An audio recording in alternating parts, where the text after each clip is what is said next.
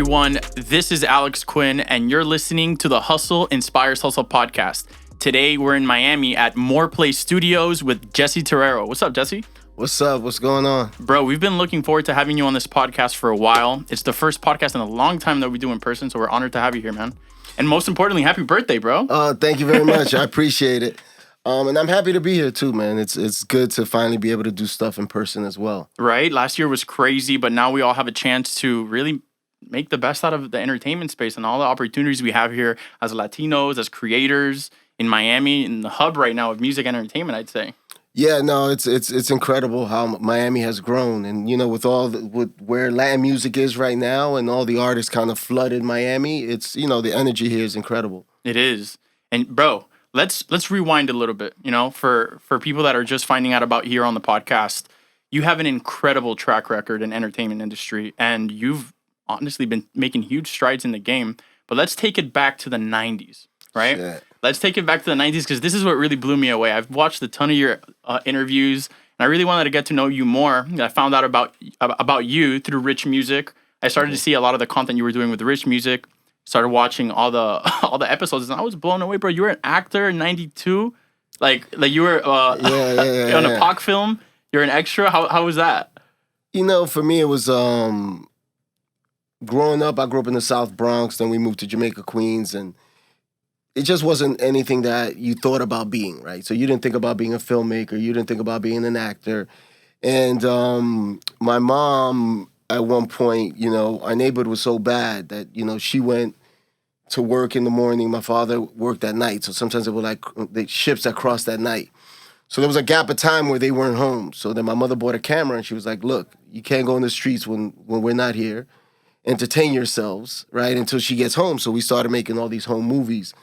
And that's where the love of filmmaking started to come, but we didn't know it was realistic. And then on this channel called Video Music Box, it was the only channel then that showed music videos. They had some announcement that they were looking for extras for this film. Now Tupac wasn't a star, so it wasn't like we went there thinking, oh, there's stars in the film. So we went there and it was kind of more like as a joke or with our friends. Maybe there's a lot of girls there. We just kind of went to hang. Right. And a lot of Latinos didn't come out for it. And there was a crew in the movie that had beef with Tupac's character that was supposed to be a Latin gang.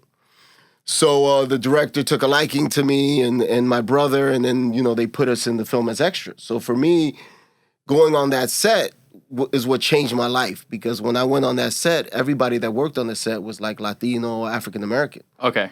And then I saw people that were like me, working in the film business, which I didn't really, we didn't really have that picture in our mind. Right. And then all these kids that the actors in the film all went to the School of Performing Arts. I didn't know that kids went and studied acting in school or music. I wasn't exposed to that. So then I was like, wow, this is interesting. And then, I started pursuing acting, and it was my freshman year in college.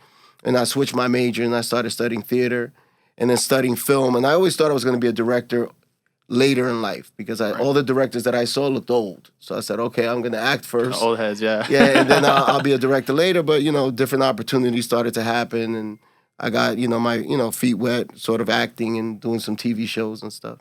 That's incredible, man. Just to see how far back it goes. You're a kid running around with a camera and all the incredible things you're doing now.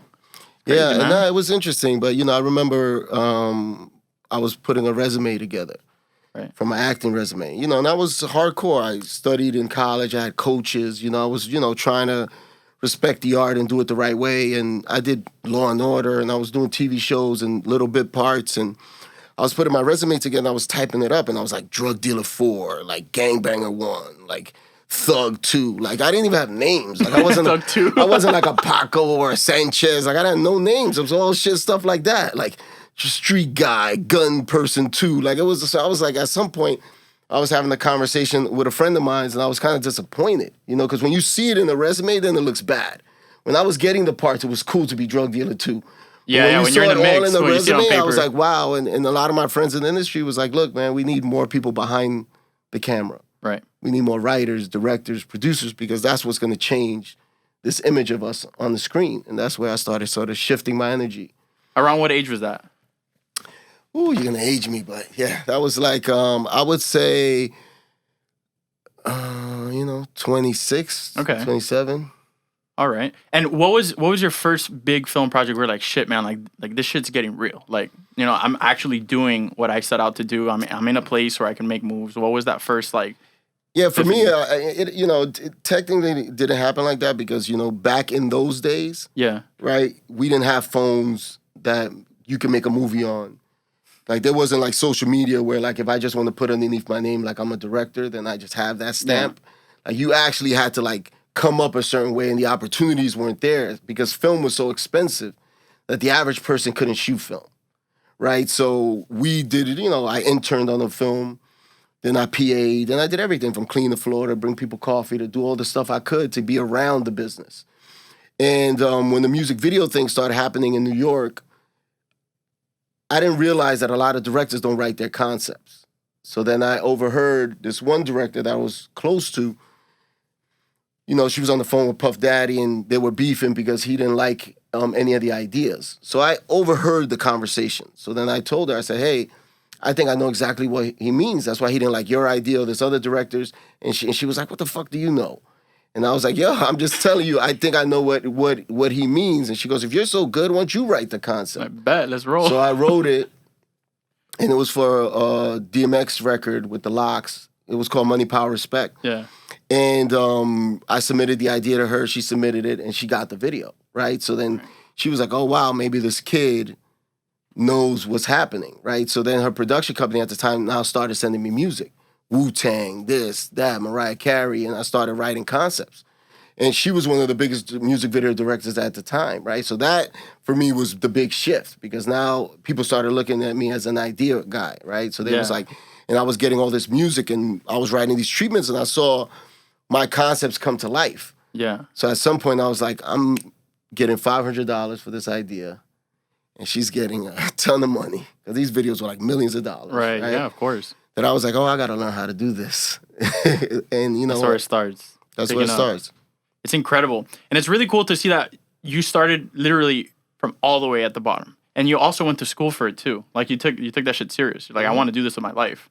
And a lot of people don't do that and then wonder why things don't work out for them. And you got to take your craft seriously, bro. Like really seriously. Yeah, what I tell people, look, I think this era, there's so much access that kids are super smart and they're very progressive in the way they think.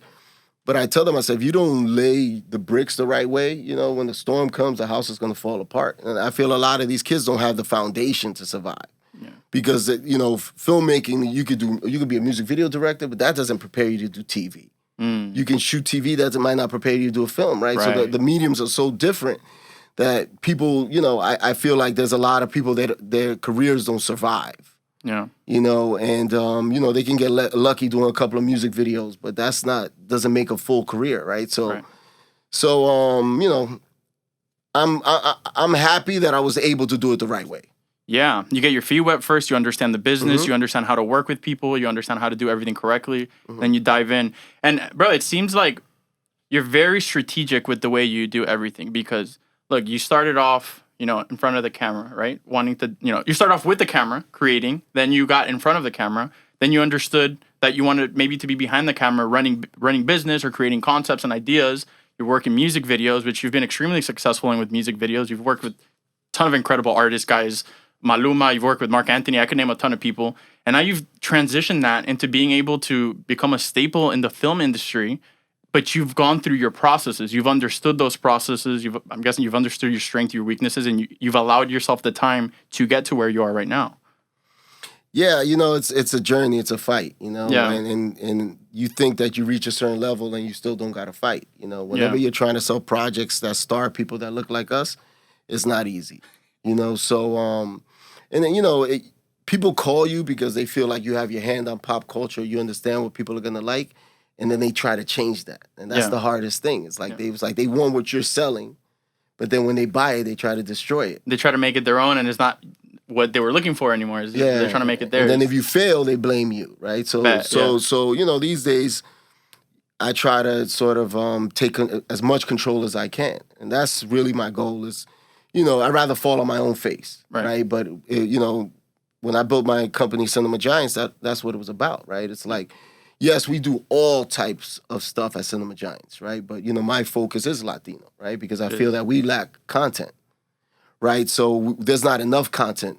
Like even when they did the audit at Netflix, they realized that we were the had the least amount of content on Netflix, right? Yeah. So that's where the growth is, and I think that's where my focus is. Yeah.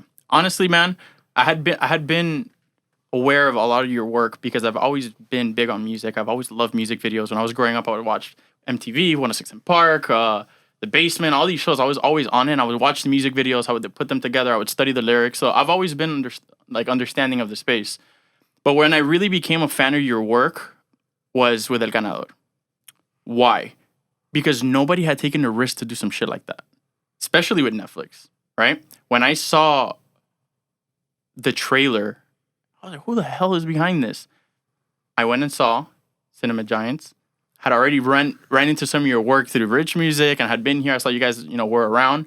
And that's what really blew my mind. That's where I was like, okay, Jesse's onto some shit right now. Because, dude, you took over music videos. You won billboards. You won MTV Awards. You did all that. But you've always, I guess, had your vision on the way bigger picture, which is let's take this shit all the way. Right? Yeah, because for me, it's like I had like a lot of lives, right? So then I had like my first life as an actor. Then I had my life as a director in music videos on the urban side. Right. Right, so 50 Cent was my biggest client. Me and 50 did like 25 music videos from Wanks to the Candy Shop. So like when I was doing those hip hop videos, MTV did Me TRL, right? So they started putting hip hop videos and Latin videos in the same countdown. See. So I started watching Aventura against NSYNC, or I started watching these different videos, and the quality of the work of the videos didn't match the general market. So it started bothering me, right? So then I used to complain a lot about it, and somebody said you can either continue to complain or you could be part of the change, but you got to make that decision. Right. So I was like, oh wow, I'm gonna take a pay cut, because these Latin videos are not paying. But I started like ingratiating myself in that market with the knowledge of the general market. So I said, you know what, if I could do it in the general market, I could do it here. And I started working with Yankee. I did stuff with Don Omar, and then when I met Wisin and Yandel, the Looney Tunes called me like to do a favor, like we're Dominican too, and they hit me with the Dominican favor. I said, all right, cool, we're gonna go do this video, Los Benjamins. But when we did it, I met Wisin and Yandel, and when I met them, they wanted me to do a video, and I was like, look, I'm not really big right now doing these one-offs, but if I can do more than one video, I feel like I really create impact, right? So they were like, you could do them all, and then we went on a run and did like 17 videos, right? Yeah. And Abusadora, Sexy Movimiento, we were just at a time that would becoming gigantic, bro, yeah. But I felt that helped change the visual, because now these kids weren't like these ghetto kids from Puerto Rico anymore. They look like pop stars, right? Yeah. So, and it started helping the genre. So as the genre was growing, I remember doing a video for Wisin and Yandel, and I was like, people don't understand how big you are. Like, I try to explain to people, and I say, hey, they sold out 2 nights at Madison Square Garden. And the rapper would be like, no, they didn't. Not by themselves. Then they would call me back 10 minutes later. I just called the Madison Square Garden. They sold out. I said, I told you. Aventura just did 4 nights at Staples Center by themselves. So at that time, most rappers were on tour together, a bunch of them. They weren't headlining like that. Yeah. And these kids, because the music was in Spanish, they were crushing it. But people didn't understand. So when I tried to sell projects like Nicky Jam then, nobody saw it. We don't worry, yeah. And they were like, okay, the music's in Spanish, we don't get it. And I'm like, yeah, but they're sending out arenas in the US, right? So it wasn't until the streamers came along that they started saying, okay, the top 10 videos on YouTube this year, 8 of them happen to be reggaeton. So I started pushing the agenda, and I saw how hip-hop changed cinema for the African Americans, because it got so big that it forced them to have to make content that felt like the music. Right. And that's where I started saying, you know what, reggaeton is just as big. It's America's new hip-hop. It is. And I started pushing that agenda, and finally, Netflix was the right partner, because they were brave enough to take the chance. But we talked to a bunch of people, and they weren't brave. They didn't think it would work. I'm glad they took the chance, bro, because Nicky's story was impactful, but I think it's also impactful for people to understand that you don't always have to follow the status quo. I think the way your career developed in an era where hip hop was so special in the United States, where it started becoming mainstream, and that influence of hip hop and R&B bleeding over into reggaeton, and then you being able to move into the Spanish industry after having that experience, bringing all of that experience of working mainstream over here, and then being able to develop this, I think more people should know about it, and I think more people should engage with it. I think more people should take risks like that. And I think that's why so many people look up to you in the space, specifically people who are directors, young directors, filmmakers, people that see hey, this guy did it, I could do it too, man. Like he Well, took such a big risk, and it paid off. And then, look, I think for me, that's what I hope, right? Yeah. I hope that the same way I walked on that set and I saw people that look like me, I hope that people are watching me on television, or they're hearing me talk, or they're seeing things that I've done, and it inspires them, right? Because that's what it's about. If it wasn't for hip hop, I wouldn't exist, right? Because that door wasn't being open for directors like me. Yeah. But it was Puff Daddy, it was Jay-Z, it was guys like that got empowered, that say, hey, how come the directors don't look like us? Right. And they started empowering directors of color, right? So a lot of times what I try to do, and I'm not saying that I alienate anybody out, but I try to empower us, because I feel like we need that empowerment. Absolutely, yeah. Sometimes in our culture, and I'm seeing it happen in reggaeton, they always feel like they get something better on the Anglo side. So when they start hitting a certain height in their career, they want to go Anglo. Exactly. And then I start getting these calls from the record labels going, hey, do you got directors at your company that don't do reggaeton? And I'm like, what does that mean? Like, what does that mean? I was up for a commercial the other day, and you know how they forward you emails? Yeah. Like, I went through all the emails. And in the beginning email, now this commercial starred a reggaeton star. The brand said, we don't want to see any reggaeton directors. And then so they called me going, hey, because they don't want to see any reggaeton directors. I was like, I'm not a reggaeton I'm director. a film director, sir. That's what I said. What you mean? I'm just like, my reel opens with Robert De Niro and Jennifer Lopez. I'm like, are you going to, just because I do reggaeton? I love reggaeton. And I love doing reggaeton videos. Yeah. But the fact that, it's like, man, now our talent is getting so big that all these brands are around them, and now they're trying to alienate us. Yeah. When we're the ones that, like, what? When you're using our references, and some of these directors in Colombia and Mexico here and there were rocking with these guys when they were, like, performing in front of bodegas. Yeah. And now that they get that, now we're getting pushed out. Yeah. So I push the agenda all the time. I support all the directors. Please do, bro. And all the directors. 'Cause people think we got beef, but like all the directors, I'm cool with. It's friendly competition. It's business, man. Because I reach out to them and I talk to them and I tell them, I said, if there's any way that I can help or be a bridge, because at some point those guys need to make the move to Hollywood as well. And they haven't done films or they haven't done television. It's not an easy jump. Yeah. But I understand where they come from. I understand how their minds work as a music video director, so I can help be that bridge. Yeah. And most of them will tell you I reached out to them and said, hey, if you ever need anything, I'm here. Tell me how the whole process with El Ganador started. Like, how did this begin? Like, how did you pitch this? You reached out to Nicky. How did this whole thing break down? The thing is like, I knew Nicky. Like, I knew of Nicky, right? In terms of, like, him being one of the pioneers of reggaeton. Then he had this gap where he disappeared, right? So all of a sudden he comes back and he's getting ready to do this music video. So they call me to do it. So Enrique Iglesias is on the song, so me and Enrique work a lot. So, to make Enrique comfortable, they was like, okay, he likes to work with Jessy. So we did the video. So during the video, I asked him, like, what happened? Like, and we started talking about his life, like, where was he at? And he explained the story, and I was like, wow, I never heard such a compelling story. So it stuck with me. So I told Nicky, I was like, yo, I've been searching for that story in the world of reggaeton, and I feel like I finally heard it. He had a song called El Ganador. And in that song, it explained, like, his life. So I told Nicky, I said, look, I got an idea, because I feel like, it's like deja vu moment, because I felt like we did something very similar. So I said, let's do 2 videos, right? And let's shoot a video for El Ganador. I'm going to, create it like it's a trailer for the series. So we shot both videos. We shot El Ganador. We made it feel like what the show could potentially feel like. Showed elements of Nicky's life, going to prison, how he was, the addiction, his mom. And then I went to, one of these sort of conventions where they sell television shows, and literally took meetings with people. Nicky couldn't make it, so I made like a life-size poster of him. So I brought him in the room with me. And then I pressed play. And then as they saw the video, they heard the song, they got a vibe, and then I pitched them what the TV show would be. And that's how we sold it. Fuck, man. You just got to do it, though. You just gotta some people would have been like, oh, Nicky's not there. Nobody's done this shit before. It's just a trailer, blah, blah, blah, blah. And you close that shit with a trailer. It wasn't even done yet. Yeah, it was a music video that that felt like what the show could feel like. Yeah. And it explained the story enough for me to be able to talk about Nicky in the room and explain the vision of the show. And, the first meeting I had was with Netflix. and they were into it, you know. So we were excited, you know. It was a beautiful thing, you know. How was that day when it finally premiered? Because I remember I saw that. I was with Michelle actually, and the rest of the team. We were in France, and at the time, I don't think it was available in the U.S. Right? We were watching it in Europe. That's a complicated story.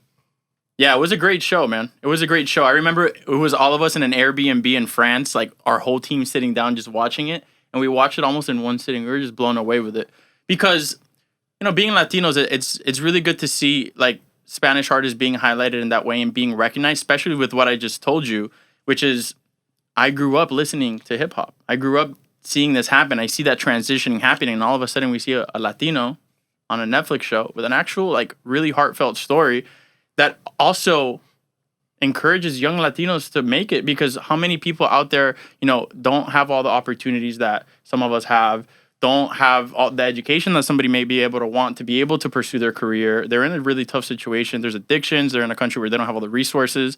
But when you see a story like Nicky's and you see all the hardships that he went through, and then how you visualize that through your vision, you're able to change the lives of so many people just from them watching it. They don't even have to know who Jessy Terrero is or who Nicky Jam is. They don't even need to know the story of how you put this together. All they have to do is watch. And I think that's incredible, man. No, I was excited the way the show came out. I think when it first came out, I was a little bit disappointed because it was supposed to be like a double release, you know. So it was Netflix, and then they did a partnership with Telemundo. So Telemundo was supposed to release first in the U.S. and Netflix in the world, and then 6 months later that it will go on Netflix in the U.S.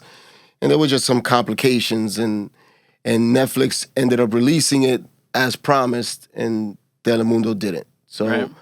I'm glad Netflix released it, man. Yeah, they were always going to release it in the world, but it was supposed to, you know, the way that the plan was put together was supposed to have a bigger impact, right? Because that was the strategy they used for the Luis Miguel show. Right, okay. You know, I just think that, you know, Netflix was really behind the show. They were very excited.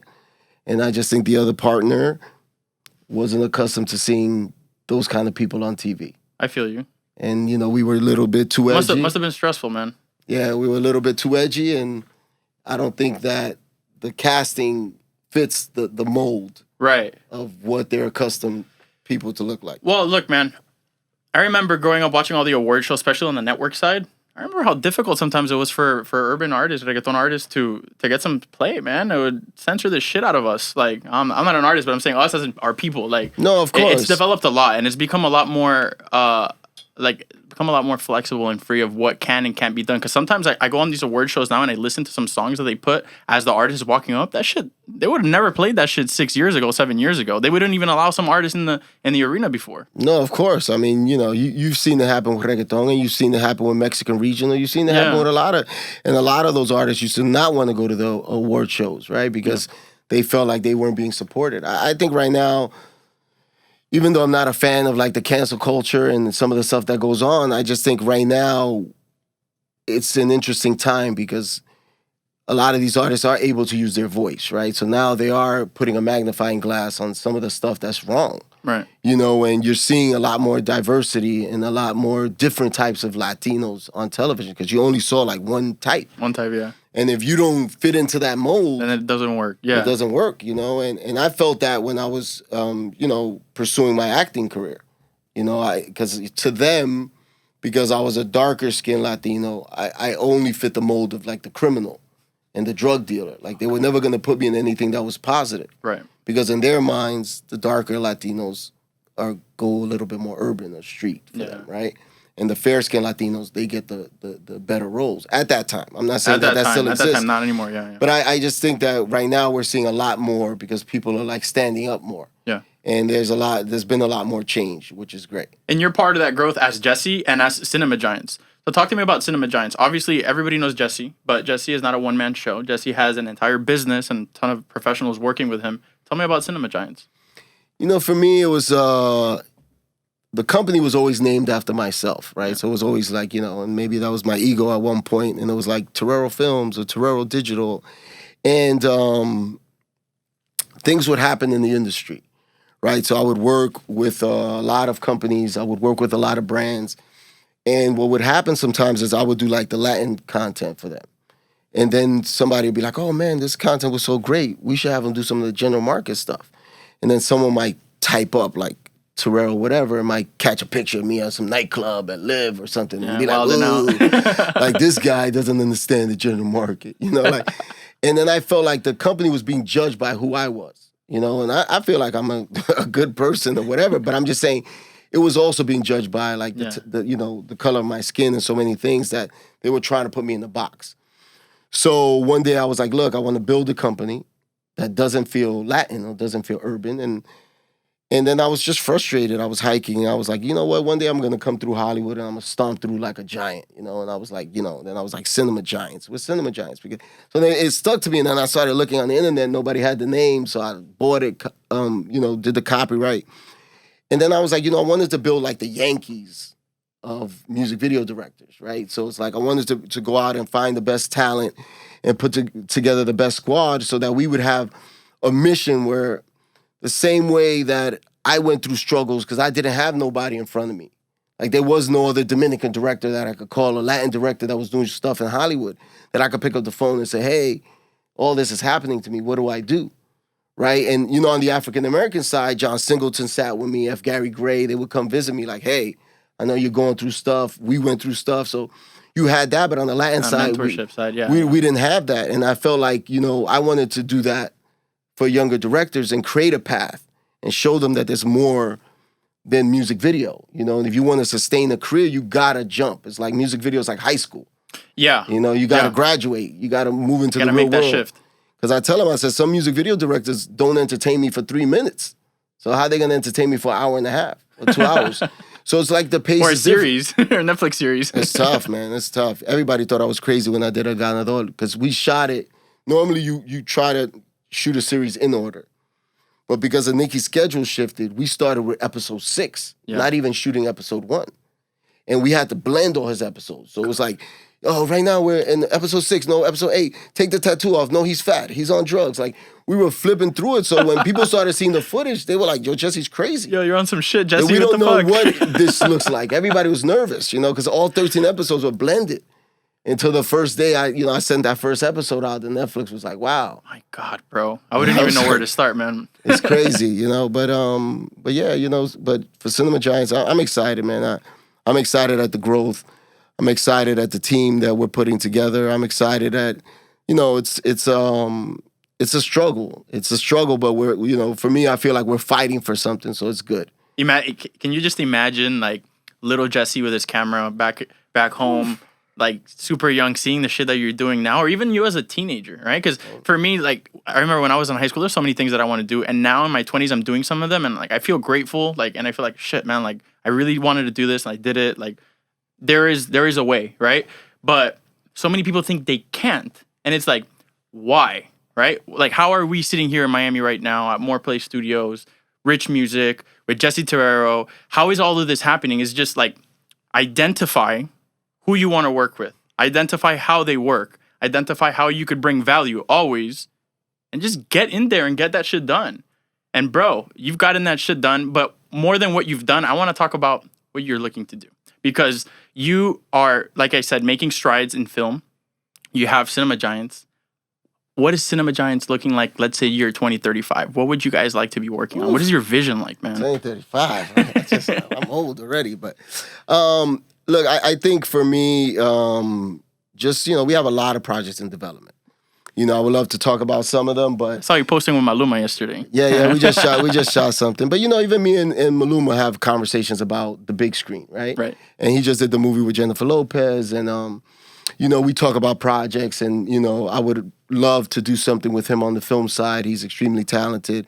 Me and Nicky literally had dinner last night, and we were having a conversation. Nicky's a businessman, man. He's on it. Nicky's incredible, man, and you know, he's one of the guys that sees the vision, right?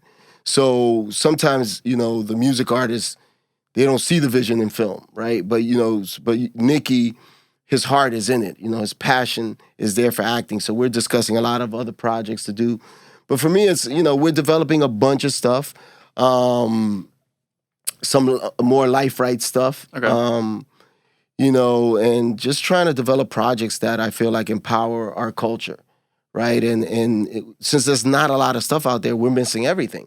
Yeah. Action movies, comedies, TV series, romantic comedies. We're missing so much stuff that we're just out there trying to find the right ideas, the right projects, partner with the right writers. And literally, you know, we're Zoom pitches almost every day. Yeah. And we're just pitching away, you know, and trying to set these things up. And I feel like very excited because I think next year we're going to have some new stuff coming. Yeah. So obviously you're a busy dude. Your team's very busy. What percentage of your time do you say you spend either learning or consuming content that's already out there? Not enough. Not enough. Not enough. That's how I feel. But I try, you know, I try, but there's so much stuff out, you know. And people pitching you shit. Alex calling you to be on the podcast. Yeah, like, come to Morplay. It's tough, so I try. I don't sleep much, so I try, but it's usually really late at night. Yeah? Okay. You know, and I try to consume because you want to see what's out there. You want to see what's working. Or who's behind it, or like what's going on. Yeah, right now we have the ability that we can watch a show like Casa de Papel. We can watch a show from another part of the world, right? So it's not about just what's happening in the U.S. anymore. Squid Games, man. Like, exactly. I haven't watched that yet, so don't spoil it. But you know, we're getting all this content now that we didn't get because everything was regional, right? We were getting stuff just for the U.S. and only maybe in the Oscars we found out that there was this movie in Europe that did really well. So now we're able to see things that are happening in Mexico, Spain, Colombia, here and there, and exposed to different filmmakers. So I try to watch as much as I can, you know, and so that I can at least understand what's happening in the world. Jessy, one final question, bro. How do you want to be remembered, man? You know, that's tough. I mean, look, I want to be remembered by somebody that that's a tough one. It is. It's a tough one, but like I feel like you know, I want to be remembered for the inspiration I gave others, right? And I think that you know, everything I do it for the right reason, you know, and for the right cause, and I've been pushing that agenda in the land space, and I feel like I want to be remembered like that, as somebody that really cared about our genre, about our people, and made it my mission statement for my career. And you definitely put a stamp on the industry.